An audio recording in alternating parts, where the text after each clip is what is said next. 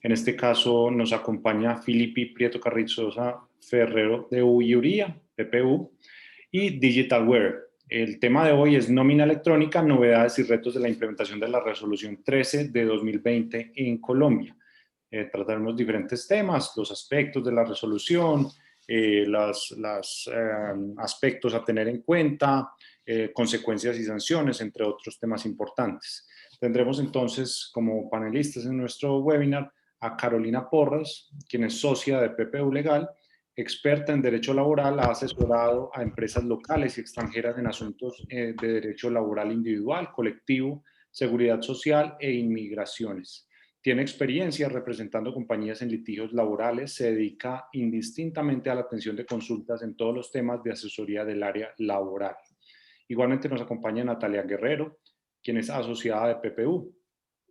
Miembro del Grupo de Impuestos y Comercio Internacional, su ejercicio profesional se centra en la estructuración de transacciones, incluyendo la adquisición de vehículos locales y offshore para proyectos en el sector inmobiliario, infraestructura y energía, planeaciones y reorganizaciones fiscales de personas jurídicas a nivel local y extranjero, reorganizaciones y planeaciones patrimoniales de clientes privados y consultoría en temas de impuestos.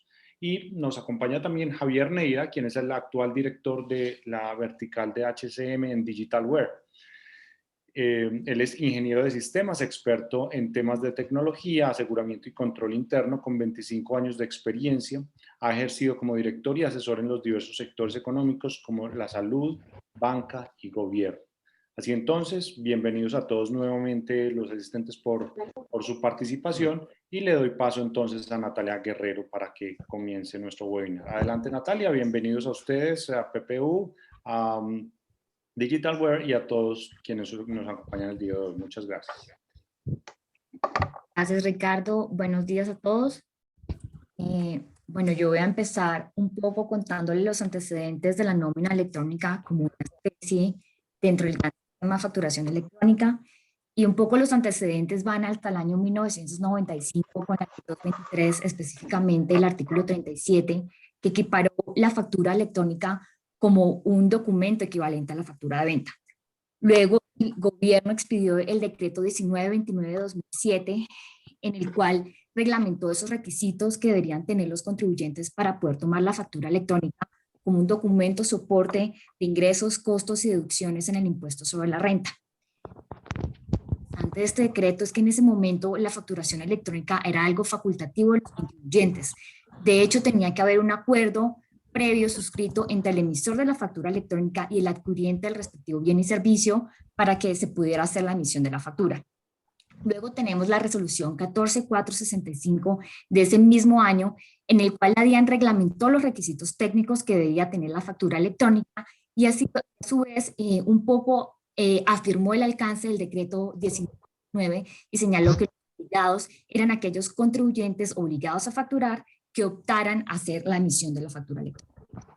Luego tenemos la ley 2010 de 2019, la reforma tributaria, el cual modificó el artículo 616-1 del Estatuto Tributario y señaló que el sistema de facturación electrónica y sus requisitos iban a aplicar a los pagos de nómina electrónica. Luego tenemos la resolución 42 de 2020, que es la que regula todo el sistema de facturación electrónica.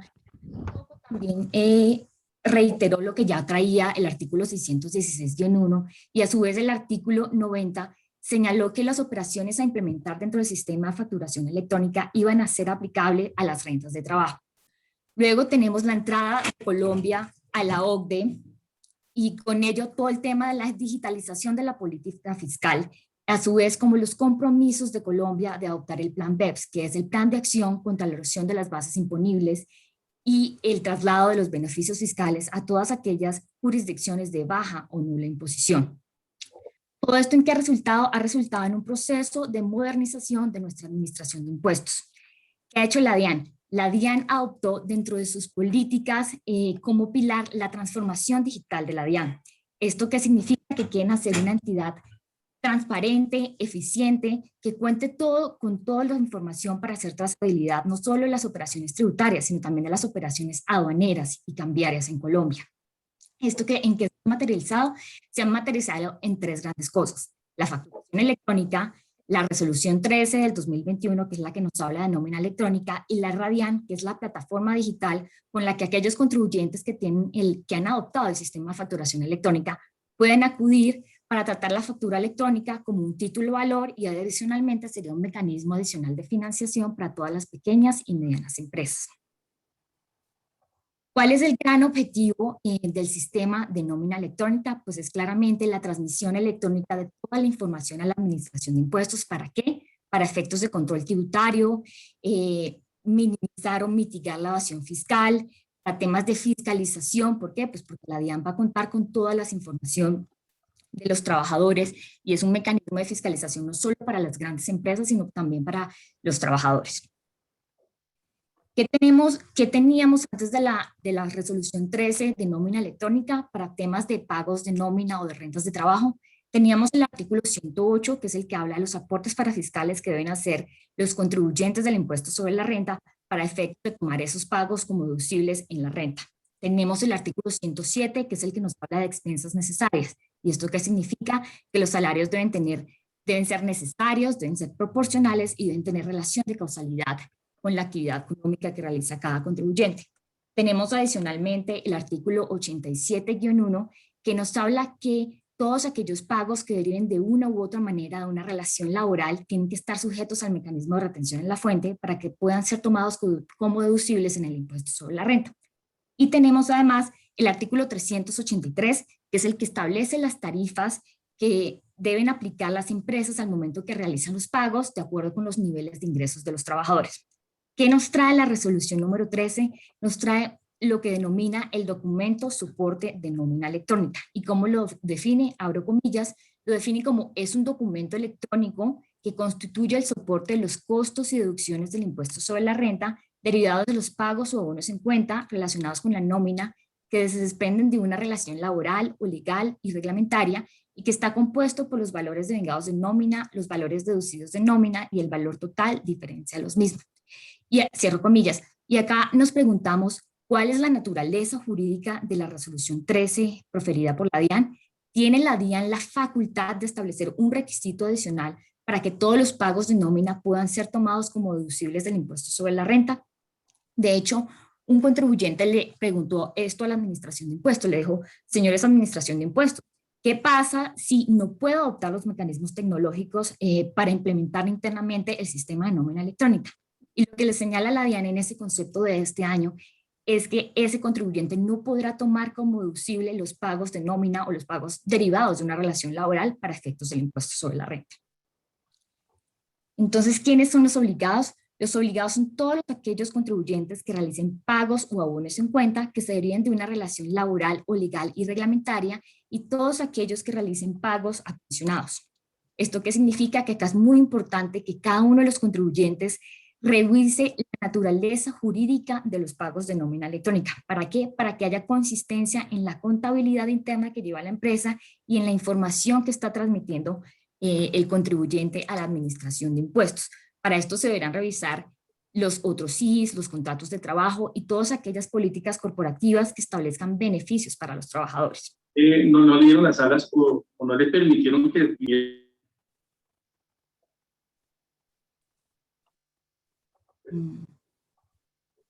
¿Me están escuchando? Sí, Natalia. Sí. Bueno, entonces acá un poco la vigencia de la nómina electrónica es que empieza a ser obligatoria a partir del 1 de julio de este año, y va a ser un poco progresiva de acuerdo con el número de trabajadores que tengan las empresas. Que hay ahora un proyecto de resolución y es un borrador que está planteando extender la adopción del sistema de nómina electrónica y sistema de facturación hasta el 1 de agosto, pero todavía está en borrador y no ha sido aprobado. Bueno, ahora sigue Carolina, que les va a explicar esto desde el punto de vista laboral. Muchas gracias, Natalia. Si quieres, entonces yo comparto la presentación.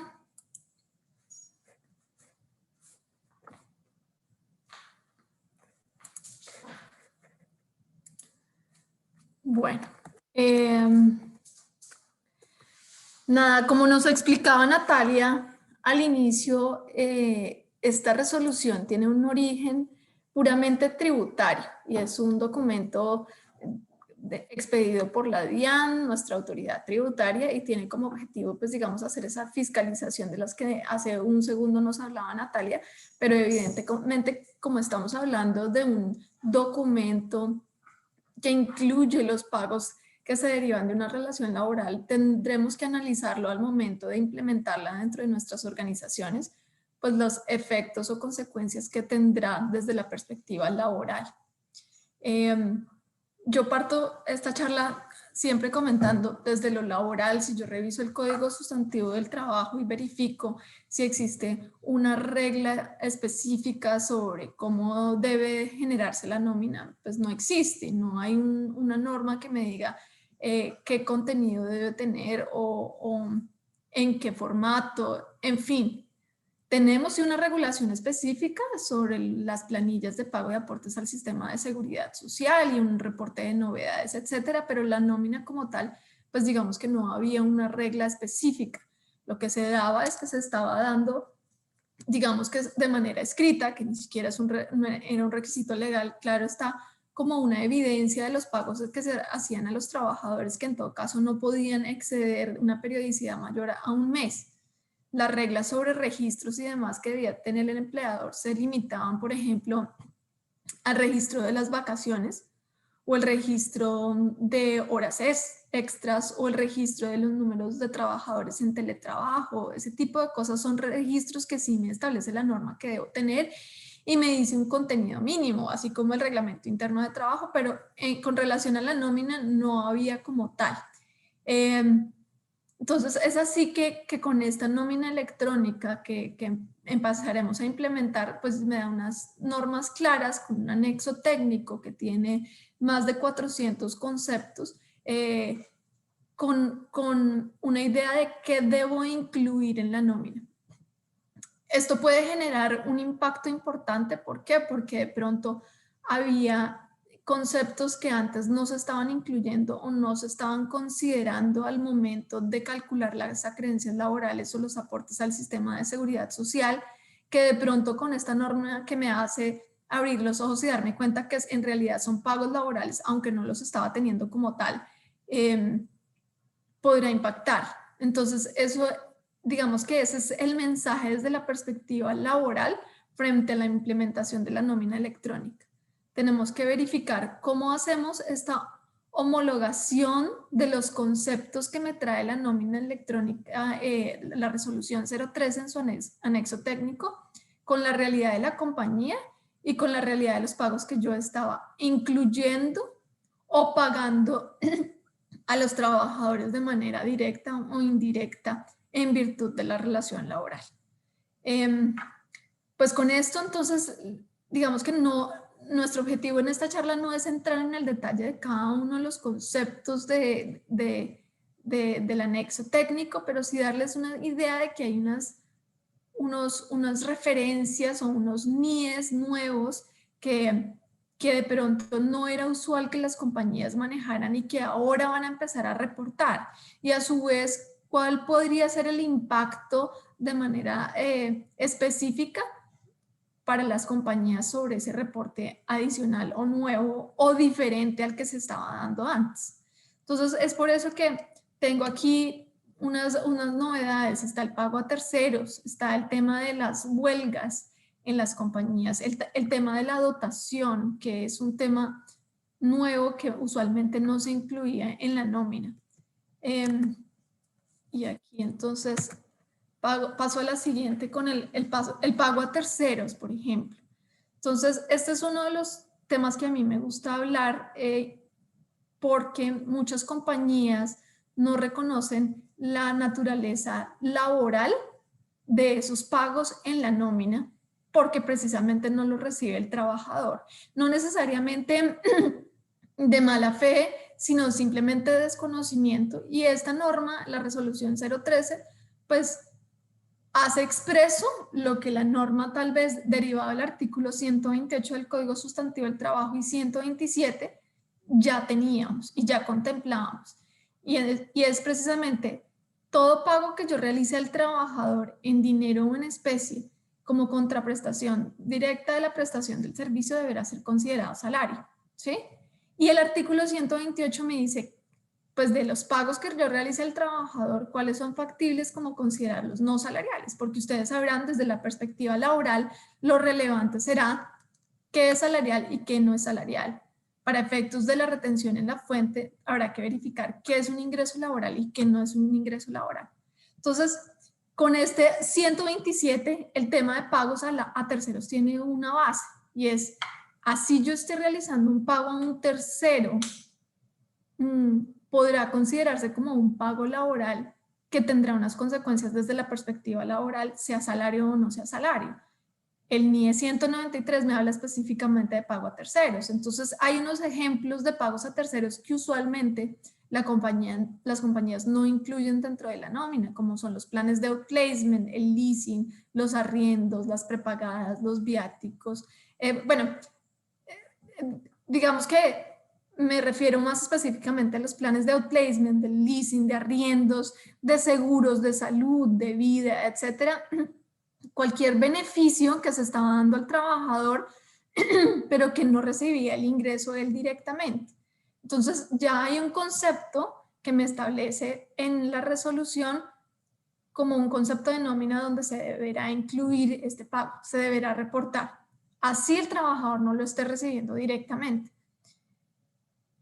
Los planes de outplacement, leasing y demás podrán ser salariales, vuelvo y lo digo, si se cumplen con los requisitos del artículo 127 o del 128.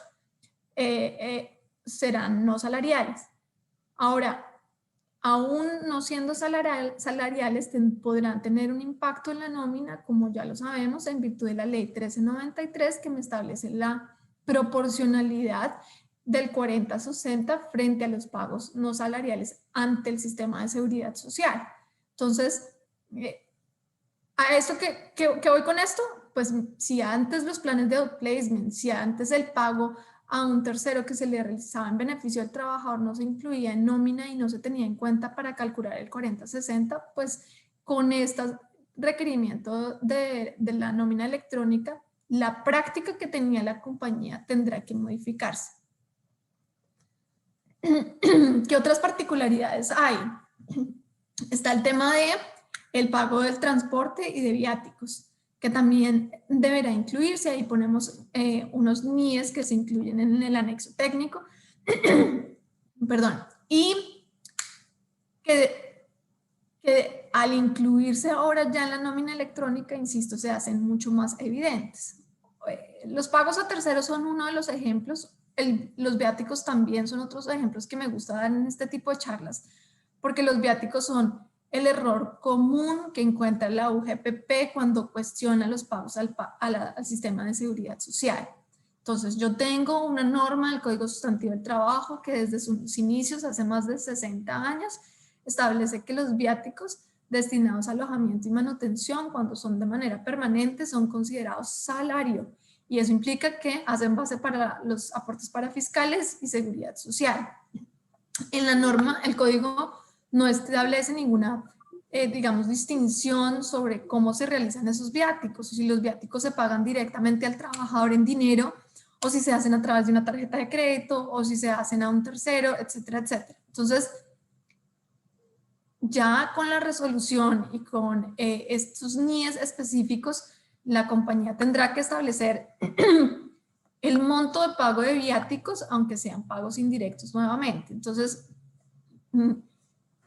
tendrá que revisarse si esos pagos en el pasado no se habían considerado como viáticos, porque las compañías no las llaman viáticos, sino legalizaciones, por ejemplo, o tarjeta de crédito para la legalización de la tarjeta, en fin, y no son conscientes de su naturaleza de viático y de su eventual naturaleza salarial. Esta situación podrá modificar esa práctica. El tema de la identificación de los trabajadores también es otro punto que habrá que incluir, el código del departamento, del municipio, etcétera. Entonces, la ubicación de los trabajadores también será un tema que habrá que incluir. Esto es relevante para qué efectos desde la perspectiva laboral, pues habrá que La ARL, la Administradora de Riesgos Laborales, cubre los riesgos de accidentes o enfermedades laborales que se dan precisamente con ocasión a la prestación del servicio. Y dentro de los requisitos o exigencias que piden las ARLs está la de reportar cualquier modificación, ya sea en la prestación del servicio o inclusive en el lugar de trabajo. Entonces, ahora que estamos trabajando remotamente, esto también tiene una relevancia y es si el trabajador está moviéndose de ciudad, a veces puede pasar desapercibido esa notificación a la ARL del lugar donde está prestando el servicio y Dios no lo quiera, ocurre una eventualidad, pues la ARL al no estar reportada, pues podrá hacer uso de esto para efectos de evitar algún reconocimiento o manifestar algún incumplimiento por parte del empleador. Tanto para la ARL como para efectos del teletrabajo también es importante. El teletrabajo hoy en día, las normas de teletrabajo que tenemos desde el 2008 establecen que podrás darse solamente dentro del territorio nacional. Entonces, y también pues digamos que implica ciertas obligaciones al empleador sobre la prevención y medida de riesgos laborales desde donde esté prestando el servicio. Entonces, pues es relevante saber que tendrá que notificar el municipio donde estará prestando el servicio y si el trabajador es de esas personas, por ejemplo, que tiene que ir en correría, ese lugar donde estará el trabajador tendrá que ser modificado periódicamente. También incluye el anexo técnico una alusión a que se debe reportar o tiene conceptos sobre la hora de inicio, hora de fin del trabajo en horas extras, la cantidad de horas y porcentaje para el cálculo. Entonces ahí, ¿qué es importante? No solamente como en la nómina actual donde establecemos que trabajó X número de horas extras y se establece el valor por los recargos y demás, pues me está diciendo que debo reportar la hora de inicio y la hora de fin. Eso podrá implicar que yo tendré que reportar entonces si hubo un horario nocturno, un horario diurno o si hay un cuestionamiento sobre dominical, pues ya será mucho más específica la información que tengo que reportar. Esto también podrá ayudar a las autoridades eventualmente a identificar el incumplimiento de jornadas máximas. Entonces sabrán que nosotros tenemos una jornada máxima de 8 horas con 48 a la semana y que las horas extras diarias no superarán las 2 horas o 12 a la semana. Entonces, esto servirá también para efectos, podrá servir para efectos de verificar incumplimientos de jornadas máximas. El tema de las vacaciones, ya les había mencionado, tenemos un registro de vacaciones que nos establecía la norma laboral. Es un registro que yo debo decir en la práctica se ha quedado medio en el olvido en la medida que muchas de las normas que establece el código sobre vacaciones no necesariamente se cumplen a cabalidad, igual como con el caso de viáticos, igual con el tema del pago de terceros que podrían tener naturaleza salarial. Entonces tenemos normas específicas sobre acumulación, compensación, disfrute mínimo de vacaciones y pues con este registro en la nómina electrónica, pues además de que el Ministerio del Trabajo eventualmente podrá venir a inspeccionar mis registros de vacaciones, pues ya la DIAN tendrá también a través de la nómina electrónica información relativa a estas vacaciones y podrá identificarse si se están acumulando los periodos máximos que establece la norma, que tenemos 2 periodos y en casos excepcionales hasta 4, la compensación de hasta mitad de las vacaciones, el disfrute mínimo de 6 días hábiles consecutivos al año, que insisto es un tema que no se da y que puede generar riesgos importantes porque termina en el cansancio de los trabajadores, eso termina en enfermedades o en accidentes de trabajo y todas las eventualidades que esto genera. Tenemos un concepto nuevo en la nómina electrónica que es muy común que se pague que son los bonos electrónicos o de papel de servicio, cheque, tarjeta, vale, etcétera. Se llama el bono EPCTB, NIE 151 y siguientes. Este bono es muy común que se reconozca para efectos de alimentación, para efectos, por ejemplo, de gasolina, etcétera, o las tarjetas mismas que tienen como destinación específica, en fin. Entonces, ya aquí yo creo que este es menos común que esto no se incluya en la nómina, pero pues digamos que con esto se reafirma que debe hacerse y se incluirá ya sea como devengo y como descuento porque el trabajador no lo recibe o lo recibe un tercero, así como los demás pagos a terceros. Pero bueno, digamos que es importante que visualicen que este tipo de temas nuevos ahora se van a tener que reportar y antes no necesariamente se estaba haciendo. Otros conceptos, pues tenemos el 146 y 147, donde me hablan de temas de más pagos, bonificaciones o conceptos de cualquier tipo que se paguen a los empleadores, a los trabajadores, y tendrá a su vez uno que será de naturaleza salarial, otros que no serán de naturaleza salarial, por ejemplo, los que se paguen para desempeñar a cabalidad sus funciones. Entonces, estos pagos se traducen básicamente en herramientas de trabajo casi, o auxilios, por ejemplo, que requieran para efectos de desempeñar las funciones. Podrán entonces estos conceptos también ser aplicables y podrán entonces ser objeto de registro.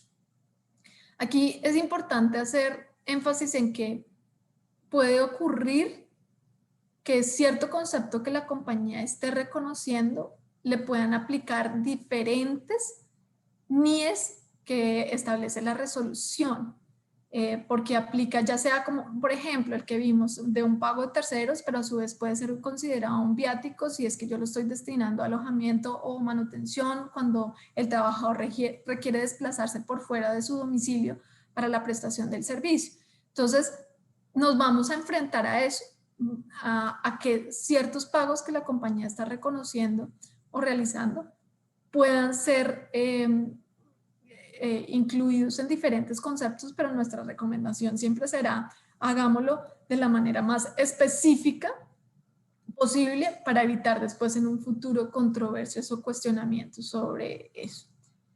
Que no encontramos en los conceptos del anexo técnico alusión específica a dividendos, utilidades o préstamos del empleado. Esto tiene su explicación en que pues con los trabajadores, el empleador y el trabajador podrá tener relaciones jurídicas diferentes de manera simultánea sin que necesariamente sean considerados pagos o ingresos laborales que después estén ya sea sujetos a retención en la fuente o sujetos al aporte de seguridad social para fiscales y demás cálculo de acreencias laborales. Entonces, este es el ejemplo de los dividendos, utilidades o préstamos del empleador. Entonces, un trabajador puede simultáneamente tener la calidad de trabajador y accionista y en esa medida se originan pagos al trabajador, pero no necesariamente por su calidad de trabajador, sino por su calidad de accionista. No estoy diciendo, ojo, que de los plan de compra de acciones o de los stock options se puedan derivar pagos de naturaleza exclusivamente comercial. No, podrá existir pago de beneficios en virtud de planes de compra de acciones que sea distinto a la entrega o pago de dividendos o utilidades. Si yo al trabajador le doy la opción de compra de una acción a un valor muy inferior al comercial por el solo hecho de ser trabajador, ahí sí podrá ser considerado un pago laboral. Le estoy dando un descuento, un mejor valor y eso lo afecta positivamente en su patrimonio al momento de darle la acción. Pero ya una vez el trabajador es accionista, cualquier pago derivado de esa acción ya no viene de su relación laboral, sino viene de su calidad de accionista. Es por eso entonces que los dividendos, utilidades no se encuentran incluidos como conceptos específicos dentro del anexo técnico. Tampoco ocurre lo mismo, o pues no ocurre que se incluye el préstamo de los empleadores dentro de un concepto, pues porque ahí estamos hablando de un contrato diferente, un contrato donde coinciden las partes, el empleador y el trabajador, que es el contrato pues, de préstamo, de mutuo, pero no es de naturaleza laboral. Sí se incluyen conceptos relativos a los descuentos para el pago de préstamos del empleador, que sí tendrán que aplicarse dentro de la nómina, pero el desembolso del pago por un préstamo no será así.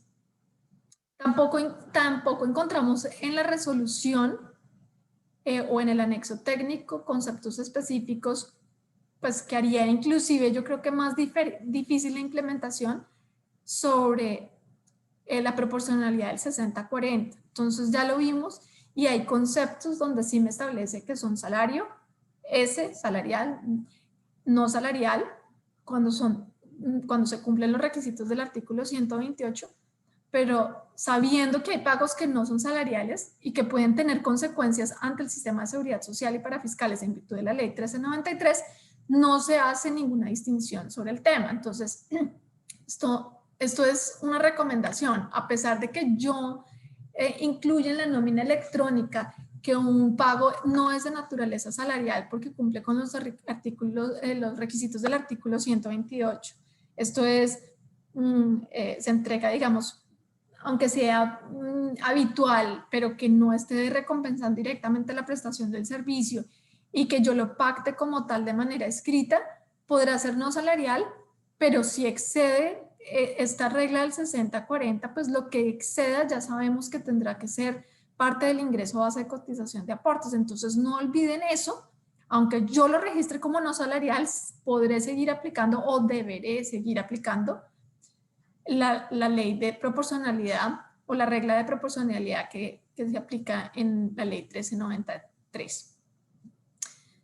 Bueno, también vimos que existe un concepto sobre pago de compensación a trabajadores asociados.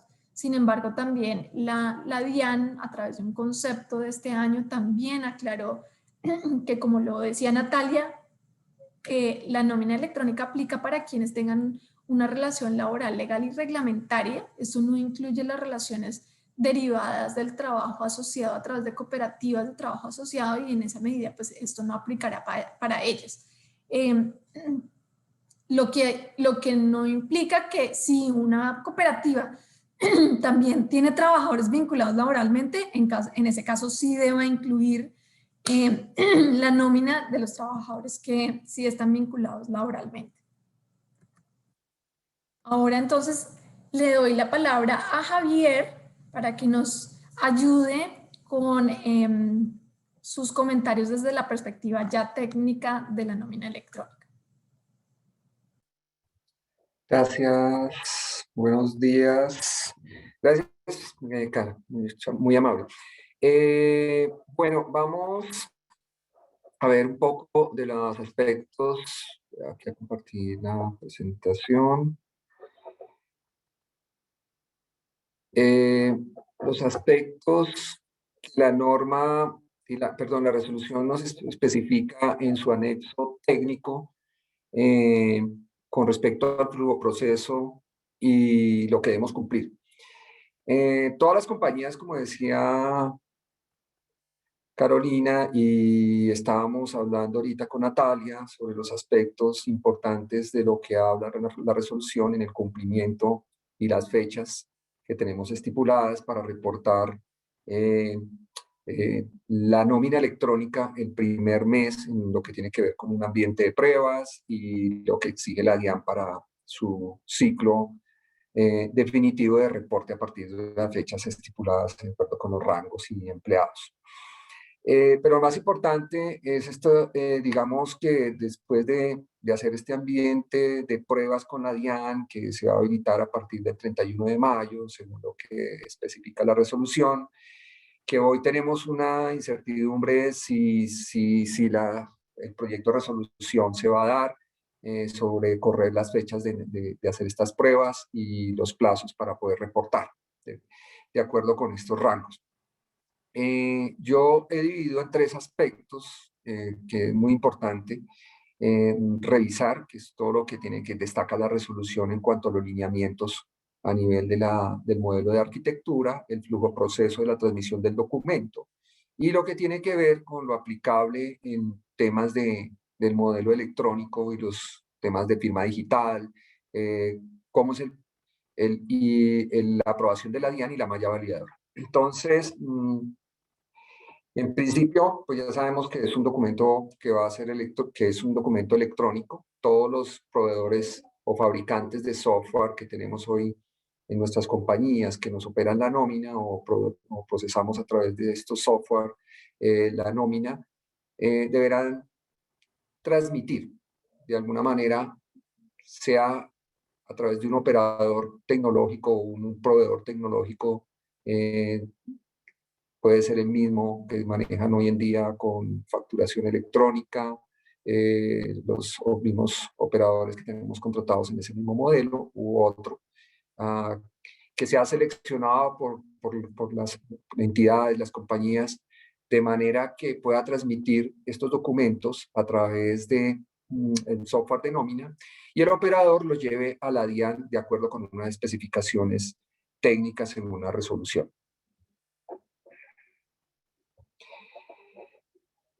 Los temas de periodicidad del documento, que es muy importante conocer que las nóminas serán el acumulado mensual. Si tengo nóminas quincenales, debo reportar las 2 nóminas una vez al mes y debe ser reportado de acuerdo con los códigos que especifica la resolución. Y aquí viene un tema muy importante y es la homologación. Todos los software que tenemos hoy en día tendrán que tener un proceso de cada concepto de nómina homologarse de acuerdo a los códigos de la resolución. La resolución en la parte final tiene un anexo técnico con los códigos a los cuales debemos hacer ese amarre o esa homologación uno a uno para todo lo que tiene que ver con devengos y deducciones. La resolución es clara, la resolución especifica cada código frente a cada concepto. Entonces es muy importante tener en cuenta lo que hablaba Natalia Carolina con respecto a no dejar algún concepto propio que corresponda a ingreso o que corresponda a deducciones por fuera, ya que estos van a ser llevados ante la DIAN y obviamente los temas de fiscalización y verificación y validación de la malla validadora cada día va a ser más exigentes y más crecientes. La resolución especifica en esta primera versión 1.0 que la malla validadora va a tener en cuenta temas aritméticos, que los valores coincidan, que las sumas y restas coincidan de comprobante de nómina. Pero digamos que esta malla validadora va a ser creciente y más exigente cada día. El código CUNE. El código CUNE es un código que va a soportar la representación gráfica del comprobante de nómina electrónico, que va a reportar la DIAN y que el operador va a recibir y lo va a llevar directamente también a cada uno de los empleados a través de los correos electrónicos. Ese soporte de pago va a tener un código que es una estructura o un algoritmo que se arma a partir de una cadena de campos o caracteres. Ya más adelante lo van a ver en detalle. Ese código va a tener la estructura de la fecha de envío, el número de cédula del empleado, la hora de envío, el valor de los devengos, el valor total de los deducidos y el valor total del comprobante. Y ese código va a especificar como el timbrado del proceso ante la DIAN, una vez sea aprobado. El tiempo de reporte es mensual. Sabemos que se va a reportar tanto las notas de ajuste, porque también hay un envío de notas de ajuste para cuando corresponda hacer ajustes, tanto de eliminación del comprobante anterior o por ajustes aritméticos o ajustes de errores que tengamos en la transmisión. Pero también está el tema del soporte y el soporte masivo de los comprobantes que deberá reportarse en los primeros 10 días del mes siguiente. El algoritmo que vemos acá es el CUNE que les hablaba. Es un algoritmo que se arma a partir de los prefijos, de una concatenación de campos, y es el que hace esa composición del timbrado una vez pase por la malla variadora ante la DIAN. Una vez procesemos la nómina ante la DIAN, el documento soporte ya electrónico, o documento electrónico de acuerdo con las metas que tiene la DIAN, y este es, después de la facturación electrónica, otro paso para ir aumentando todo el tema de digitalización de documentos y trámites de documentos que corresponden al tema de títulos desmaterializados, en este caso la facturación electrónica y todo lo que tiene que ver con ahora con el comprobante de nómina va a corresponder de acuerdo con el estándar RFC 5280 y la ley de comercio electrónico a que corresponda ya a un título soporte para todo lo que tenga que ver con tema de impuestos y tema de reportes y soporte para el tema de pago de impuestos, IVAs y tus retenciones. Entonces, muy importante tener en cuenta que este documento que vamos ahora a recibir, del documento todos los empleados como soporte de pago electrónico, va a ser un título desmaterializado de acuerdo con este estándar. Vamos a hablar un poco de la firma digital. El documento debe tener también una firma digital, pues sirve, me preguntan mucho si sirve el mismo, la firma digital que usamos en facturación electrónica al cumplimiento del proceso de facturación electrónica que tenemos actualmente en nuestras compañías. Sí, sirve la misma firma digital y ese debe ir complemento donde el operador que escojamos, el operador tecnológico que escojamos para poder hacer la transmisión ante la DIAN, se le entrega para que arme el proceso de envío ante la DIAN. Algunas tablas que habla de la resolución que es muy importante tener en cuenta en la parte de lo que tiene que ver con la estructura del envío de la información. Está la tabla de horas extras o recargos de porcentaje, muy importante, y la norma es clara, los porcentajes que se deben enviar y que debe reportarse las horas extras. El tipo de incapacidad también tiene una tabla específica que ya manejamos en las nóminas actuales, en donde procesamos nuestras nóminas de nuestros empleados. Se habla de un archivo tipo XML. Ese archivo se debe construir a través de un lenguaje que el operador debe enviarlo ante la DIAN. Entonces, es muy importante este cumplimiento del tipo de archivo XML, si es para el envío de la nómina o para alguna nota específica ante la DIAN de ajuste. Las notas, como les decía, tipo 1 y tipo 2, una de reemplazo y otra de eliminación del soporte. ¿Qué información debo reportar del documento soporte de pago de nómina electrónica? Pues sabemos que todo lo que tenga que ver con ingresos y todo lo que tenga que ver con descuentos que correspondan al tema de la relación laboral que tenga con mis empleados. Las fechas ya están especificadas, tenemos unas fechas de acuerdo con el calendario que ya veríamos con Natalia, pero es muy importante estar preparados hoy en día con los operadores que hayamos cogido tanto para la transmisión de la nómina ante la DIAN, y hay muchos en el mercado. Yo contaba, hay más de 50 certificados ante la DIAN, que pueden ver y corroborar ustedes en el portal de la DIAN. Pueden escoger otro, si les ha ido regular con los operadores que tengan de facturación electrónica, pueden seleccionar otro. Importante es que busquen, aquí hay un tema de precio de documento electrónico y yo siempre he dicho, casi la guerra del valor del documento, del precio del documento electrónico en el mercado hay de todos los precios, pero hay que buscar operadores que especifiquen disponibilidad, que especifiquen experiencia en clientes con facturación electrónica, que especifiquen un servicio, que especifiquen tiempos de respuesta a cambios de la resolución, porque la resolución va a ir evolucionando, va a seguir saliendo nuevas versiones, así como facturación electrónica. Y obviamente lo que les hablaba al principio, servicio, y al último pues pueden revisar el precio, que también es muy importante, pero de todo esto hay en el mercado. Nosotros en Digitalware somos proveedores de software de nóminas. Hemos hecho alianza con varios operadores que van a hacer el web services o la integración de esta información que se envía ante la DIAN, pero con esa especificidad, buscando que tengan esa disponibilidad y esa experiencia dentro del mercado. Entonces tenemos una alianza con ellos mismos.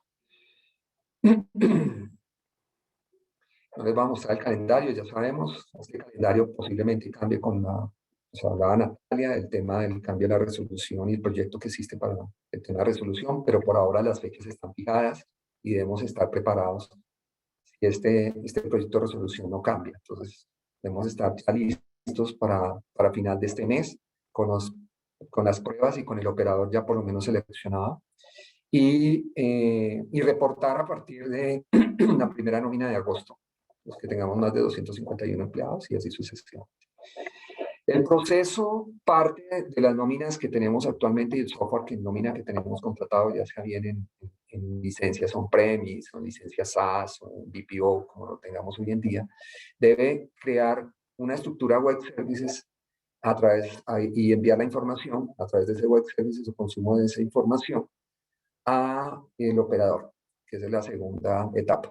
Y este operador debe generar el XML o una estructura de lenguaje que es la única autorizada por la DIAN, a través de este mismo lenguaje XML, que es una estructura de organización de información específica de acuerdo con la estructura de la resolución, que es la única aprobada por la cual debe recibirlo ante la DIAN. La DIAN hace todo el proceso de validación, todo lo que tiene que ver con la malla validadora aritmética, y devuelve ese XML con el timbrado que debe construir el operador, con el PDF, ya como el documento electrónico, y el timbrado del código QUNIC. Esto se enviará directamente a los empleados y los empleados lo revisarán, les llegará por correo electrónico. Es el mismo proceso de facturación electrónica, en pocas palabras. Sin embargo, me preguntaban que habla la norma de seguridad. Temas de seguridad, cómo yo me autentico si estoy enviando al operador tecnológico y el operador tecnológico a la vez a la DIAN. La aplicación que tengamos debe hacer un web services de integración con el operador tecnológico y deberá tener un tema de autenticación básica de usuario y clave. Tecnologías de seguridad como es tecnología REST, a través de JSON y autenticaciones de envío y recibo para saber que la información se está enviando al operador respectivo. Y el operador también hará lo mismo ante la DIAN. Las tecnologías de seguridad, pues HTTP seguro, o sea, una verificación de un protocolo seguro, eso es obligatorio dentro del proceso de envío de web services, el usuario contraseña que les hablaba, un token de seguridad y la autenticación de ese mismo token con JSON. La idea de este proceso es que siempre que exista esta autenticación a través del web services, se confirme que la información se está enviando al operador que ustedes hayan seleccionado. Esa es la manera en que se deben integrar. Y de parte del operador ante la DIAN, lo mismo, a través de protocolos seguros y a través de una autenticación o certificados de seguridad expedidos para poder hacer el envío de la información ante la DIAN, para que exista todos los mecanismos de seguridad que exige la resolución ante el envío de la información segura. Bueno, entonces, en resumen, tenemos que la resolución específica que debemos hacer conexión a través de web services, tanto con el operador y el operador ante la DIAN. Buscar una integración con un operador tecnológico, porque estamos hablando de empleados. Me preguntaban, ¿la DIAN tiene un portal donde yo pueda enviar la información directamente de nómina electrónica? Sí hay portales, pero pues obviamente tienen que llenarlo a mano. No es la mejor manera, digamos, de envíos masivos de compañías. Entonces, es importante tener esto en cuenta. Y segundo, pues, que lo que especifica la resolución es que lo enviemos a través de un web services y a través de un protocolo seguro con un archivo XML. El recibo del desprendible de pago XML, que es la estructura de lenguaje autorizada por la DIAN, muy importante, que es el único autorizado y el operador debe enviarlo a través de esta estructura. Hoy en día, pues, con todos los operadores, hay muchos operadores que ya han adelantado y tienen el proceso listo de lo que tiene que ver con el envío de web services, pero como les cuento, la DIAN habilita las plataformas de ambiente de pruebas hasta el 31 de mayo, según lo que dice la resolución, con la posibilidad de que se extienda, pero debemos estar preparados en todos los aspectos porque el proyecto de resolución no está aprobado actualmente. O sea, almacenamiento o desprendible de XML de Cactus. Ya una vez lo opera la DIAN, debe enviarse esa información a los empleados. Los operadores, me preguntaban, ¿pueden almacenar esta información? Claro, los operadores tienen ese servicio de almacenar esta información por un periodo de tiempo y parte del servicio es si necesitamos otro comprobante, una copia del comprobante procesado de meses anteriores, que se pueda solicitar directamente al operador como parte del servicio de uno o varios documentos electrónicos procesados con anterioridad. Entonces, en resumen, el modelo de arquitectura, estamos hablando de un web service que se comunica con el operador tecnológico encargado de generar el archivo ante la DIAN y procesarlo para que lo remita directamente a los empleados a través del timbrado. Integración con el operador tecnológico, importante seleccionar operadores tecnológicos. Los operadores tecnológicos tienen que estar certificados ante la página de la DIAN, lo pueden verificar en la DIAN. Los que están certificados y ya han pasado el proceso de facturación electrónica. Recibo el desprendible de pago de nómina en formato XML y aprobado por la DIAN. Importante que el operador ya haya hecho estos procesos con facturación electrónica, ya que son el mismo proceso de envío de información, solo que cambia la unificación del módulo de homologación de lo que tiene que ver con la nómina y lo que dice el anexo técnico. Ahí debe trabajar mucho, es el fabricante del software de nómina con el operador tecnológico para el envío de la información. Bueno, y el cuarto aspecto, no menos importante, es el almacenamiento del documento aprobado por la DIAN en la plataforma de la aplicación que tengan ustedes actualmente. En este caso, pues nosotros tenemos Cactus, que nos hicimos todas las pruebas, y ya tenemos el almacenamiento de la información del módulo de homologación de información transmitida ante la DIAN. Bueno, importante, pues, obviamente estar listos. Por ahora el proyecto de resolución no está aprobado, pero debemos tener todo el ciclo de lo que dice la resolución, pues obviamente estudiado, el tema tributario, todo lo que tenga que ver con los conceptos de ingreso ya estructurados en los sistemas que tenemos de nómina, de acuerdo con lo que exige la resolución, el módulo de homologación y el operador listo para poder hacer todo el proceso de pruebas. Básicamente, digamos, aquí les muestro cómo lo hace nuestro software Cactus, pues viene realizando ya, esto es un módulo de homologación, la primera etapa de lo que tienen que hacer las aplicaciones de emisión crítica, como son las nóminas, deben hacer todo su proceso de homologación, todos los parámetros de nómina electrónica que exijan de acuerdo con los ingresos y los egresos, para hacer los amarres de los conceptos a lo que especifica la norma en la parte final de la resolución, la homologación de los modelos de pago, periodos de pago, tipos de contrato, tipos de incapacidad, todos los modelos de tablas que exigen la resolución de horas extras, estar totalmente homologado. De hacer el proceso de liquidación de nómina normal, después de hacer el proceso de liquidación de nómina normal, hacer el procesamiento de la nómina electrónica, luego generar todos los maestros de nómina electrónica y almacenamiento de la información relacionadas con los pagos y descuentos del mes, y hacer todo el proceso de envío a los operadores para que hagan el proceso de envío ante la DIAN, certifiquen ante la DIAN, pase la malla validadora, y una vez nos apruebe el operador nos enviará el proceso a los confirmado, a los códigos a los correos de los empleados, o nos devolverá no confirmado por la DIAN si hay algún error en la estructura, si hay algún error en los datos, si hay algún error en la parte aritmética. Muchas gracias. Entonces, doy paso a Andrea Uccelli.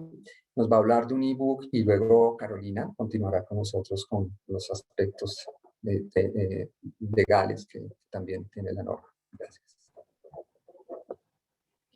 Hola, muy buenos días a todos. No, realmente estoy seguro que varios de ustedes están interesados en conseguir las memorias o tener acceso a las memorias de este webinar. Entonces, les vamos a facilitar este ebook en donde hemos consignado toda la información que ustedes están viendo y van a continuar viendo a lo largo del webinar.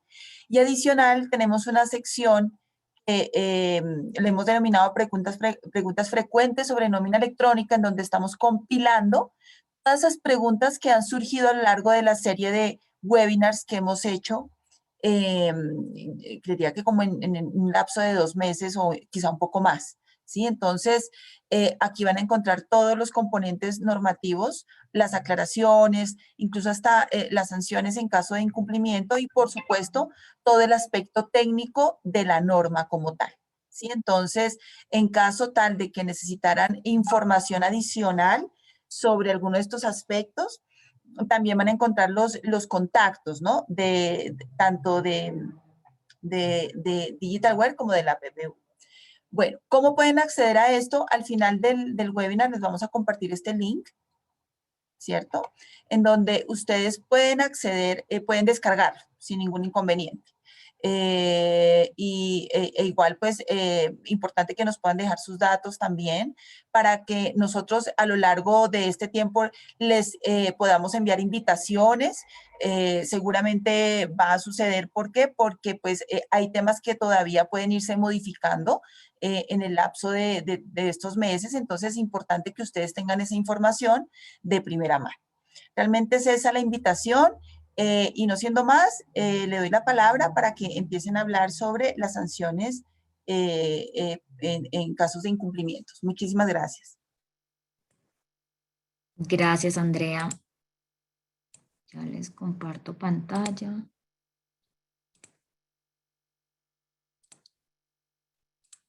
Bueno, las sanciones desde el punto de vista fiscal, de nuevo, la resolución 13 no establece sanciones expresas respecto a la no implementación del sistema de pagos de nómina electrónica, pero sí ha dicho que nos debemos remitir un poco a lo que establece la resolución 42, que es la que habla todo el tema del sistema de facturación electrónica y por ende un poco también de todos los decretos anteriores que había emitido el gobierno respecto, regulando este tema. Entonces no sé, tenemos acá, Natalia, perdóname, te interrumpo, pero no, creo que no estamos viendo la presentación. Estamos viendo la de Javier. Sí, está todavía la de Javier. Listo, ahora sí. Gracias. Listo, gracias.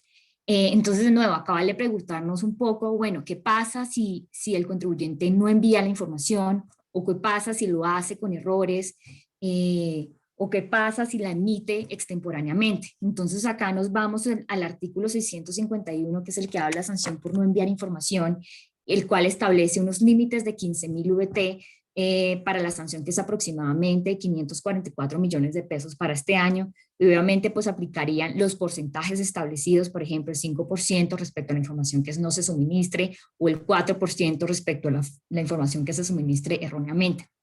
De nuevo, acá nos preguntamos nuevamente, ¿puede la DIAN desconocer los costos, ingresos y deducciones de los pagos de nómina electrónica respecto al impuesto sobre la renta?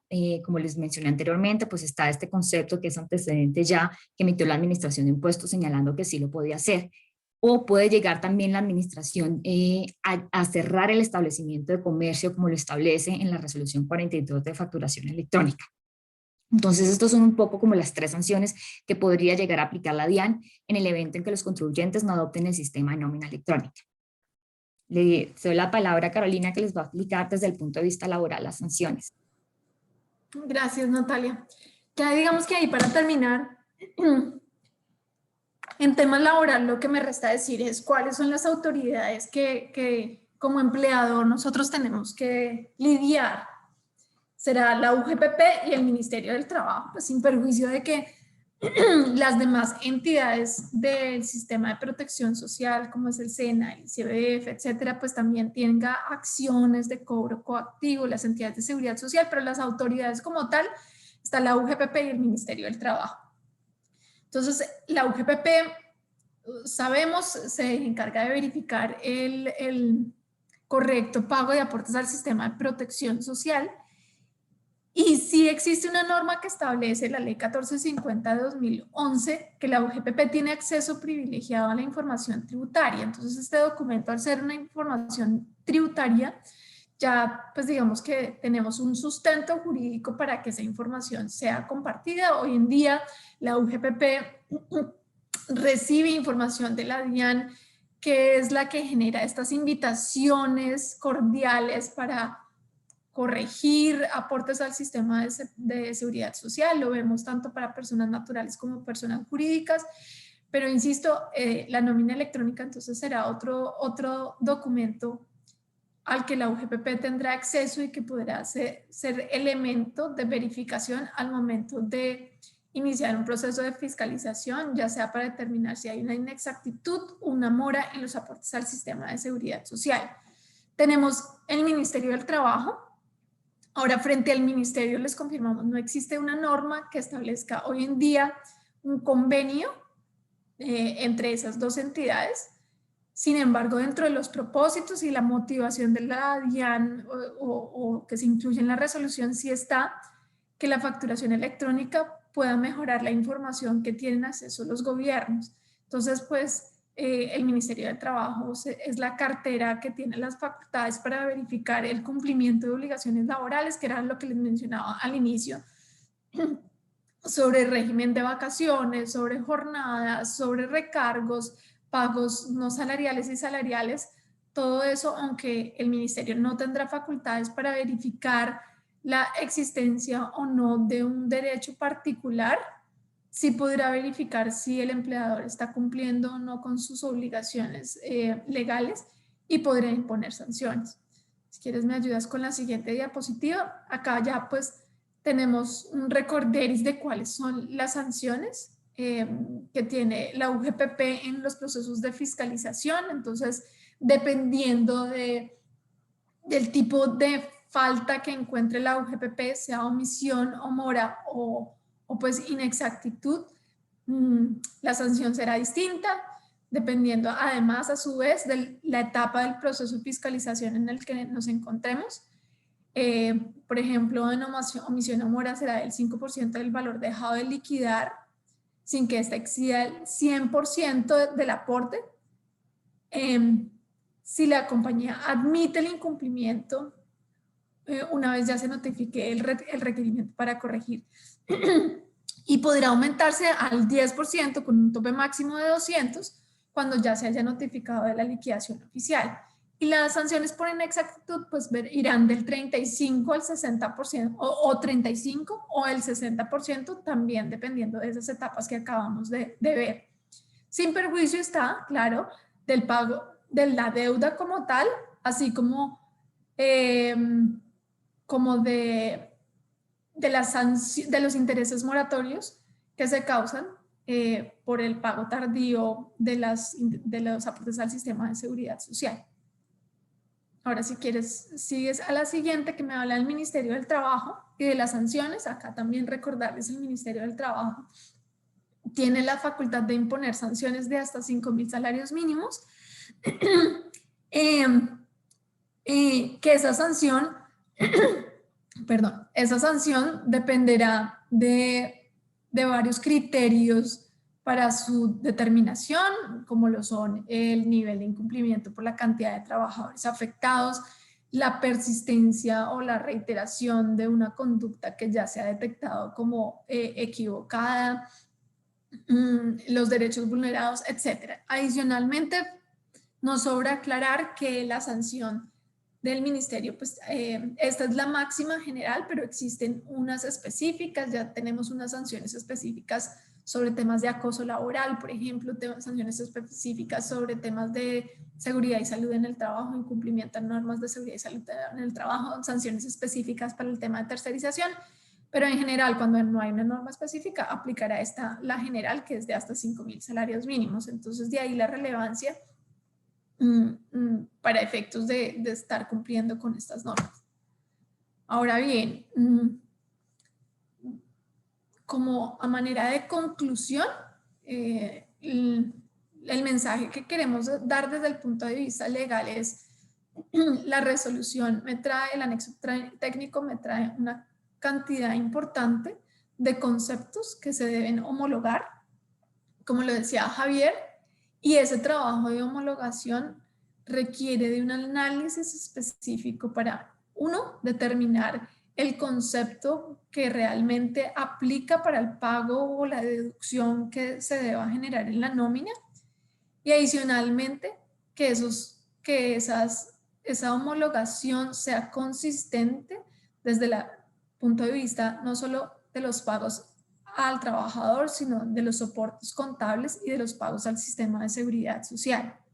Si existe la necesidad de hacer una modificación en la práctica, que antes un valor no lo estaba tomando como base y ahora lo tendré que hacer, será importante verificar cuál será la mejor manera de llevar a cabo esa transición para evitar riesgos, ya sea porque esté alertando a que vengan a fiscalizarme por periodos pasados antes de implementar la resolución, o porque los mismos trabajadores vean inconsistencias en los pagos que vayan a recibir. Entonces, ese es el mensaje. Hay que, al momento de implementar la homologación, es una etapa supremamente importante que de hacerla bien podemos evitarnos riesgos en el futuro y de considerar lo necesario, pues evidentemente desde la perspectiva jurídica estamos prestos a ayudarlos. Les agradecemos mucho su atención y su participación. Yo creo que en este punto le damos un espacio a las preguntas que se han formulado por el chat. Claro que sí, Carolina. Mil gracias a todos por su asistencia. No siendo más, vamos a proceder con las preguntas que se dieron a lo largo del webinar. La primera dice, quisiera saber si se debe implementar la nómina electrónica para los seguros de pensiones, tales como pólizas de seguros de rentas vitalicias o pensiones del sistema de riesgos laborales. Entiendo que son nóminas pensionales. Así que esta pregunta para Natalia Guerrero. Gracias, Valentina. Teniendo en cuenta que son pagos realizados por contribuyentes a favor de pensionados, sí se tendrían que reportar bajo el sistema de nómina. Y en ese sentido, la Administración de Impuestos también lo reiteró este año en un concepto que emitió. Okay, muchas gracias, Natalia. Segunda pregunta. Tengo la inquietud si es obligatorio enviar el comprobante de nómina al trabajador con el QR. Esta pregunta para Javier Neira. Buenos días. La norma especifica muy claramente en la resolución el timbrado. Parte del timbrado y como parte del proceso de envío a los empleados es que lleve el código CUNE y el timbrado del código QR. En la resolución especifica ese código. Sin embargo, más adelante dentro de lo que habla la resolución, para ellos el proceso del timbrado, que es el código que les hablaba de la cadena de caracteres, es básico, digamos que dentro de lo que habla, sí habla específica del QR como un proceso del timbrado del documento soporte. Y es importante que se especifique y que el operador lo construya, ya que es lo que pide la resolución y que se especifique en ese soporte de pago. Entonces, desde lo que especifica la resolución, sí habla del timbrado del código QR y del código QR y hace parte del proceso de justificación de ese timbrado ante la ley. Gracias, Javier. Tercera pregunta. ¿Las empresas deben reportar a través de la nómina electrónica los descuentos realizados por conceptos de fondos de empleados, créditos y ahorro, y los pagos a favor del empleado también por estos mismos conceptos?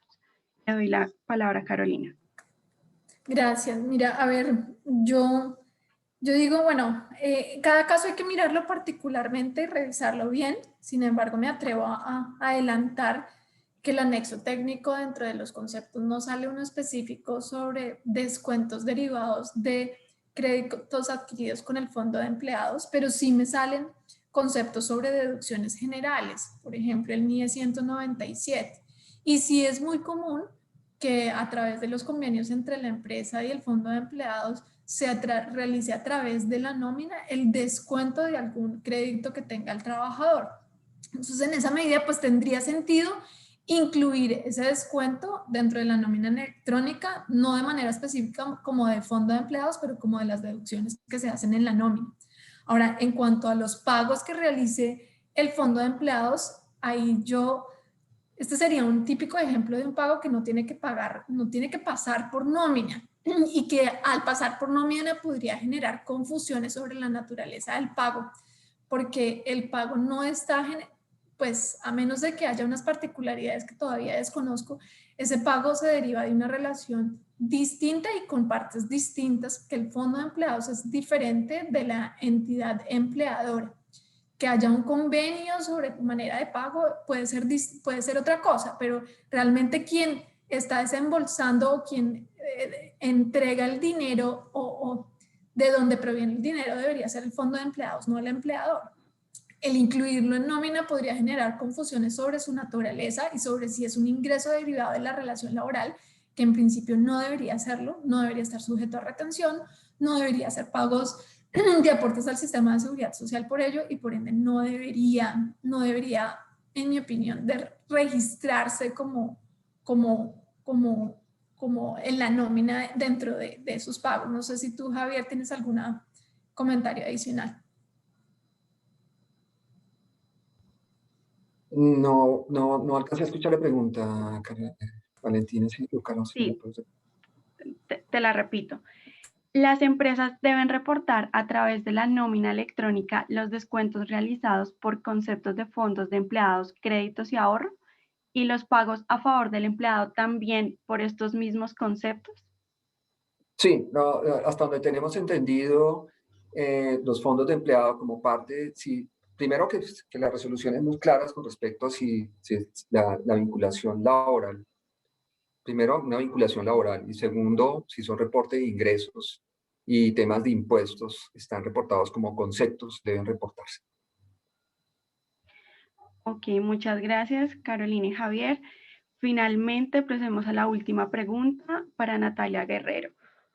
¿Los fondos de empleados que no declaran renta están obligados a implementar la nómina electrónica?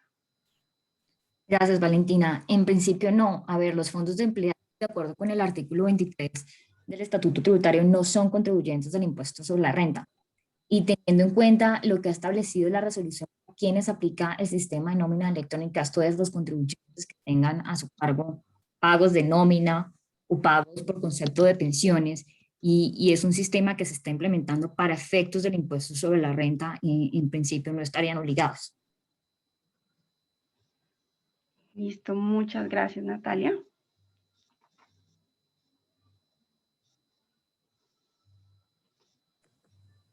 Listo, entonces, si en ese momento no hay más preguntas. Creo que hay una última pregunta. De Sí. Carlos Peláez. Fíjate. Carlos Peláez. Estamos acá revisando. A ver, las empresas que tienen personal con una relación laboral a través de contrato de prestación de servicios están obligadas con esta norma de nómina electrónica. No, pero ahí es que no me queda clara la pregunta. Es decir, si están prestando servicios, pero no están vinculados laboralmente, entendería yo. En ese caso, no existe la obligación de generar una nómina electrónica. La nómina electrónica es para aquellos que tienen una relación laboral legal y reglamentaria, laboral para efectos privados, legal y reglamentaria para el sector público. Entonces, una relación que se deriva de un contrato de prestación de servicios no genera el pago de las creencias laborales y por ende pues no estaría sujeto del pago de la nómina electrónica o de la implementación de la misma. Frente a esas personas puede ocurrir que un contribuyente a la renta tenga vinculación de personal a través de diferentes esquemas. Entonces tenga trabajadores y tenga y tenga contratistas, pues la nómina electrónica aplicará solo para quienes tengan vínculos laborales de subordinación que hayan celebrado un contrato de trabajo.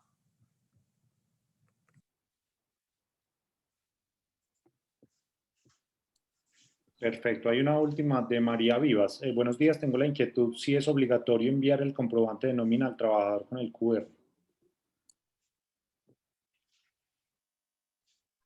Esa ya le dimos respuesta, creo que repetido.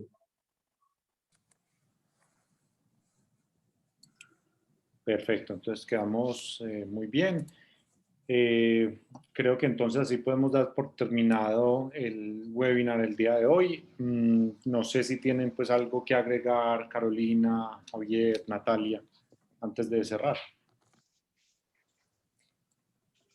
Nada, yo quisiera simplemente agradecer a la AmCham por este espacio y digamos que ratificar lo que hemos venido diciendo a lo largo del webinar, y es que estamos disponibles, que compartiremos el ebook como lo mencionaba Andrea, y ojalá esto ayude de alguna manera para que la implementación de esta nómina electrónica se dé de la mejor manera posible para las compañías que nos están acompañando.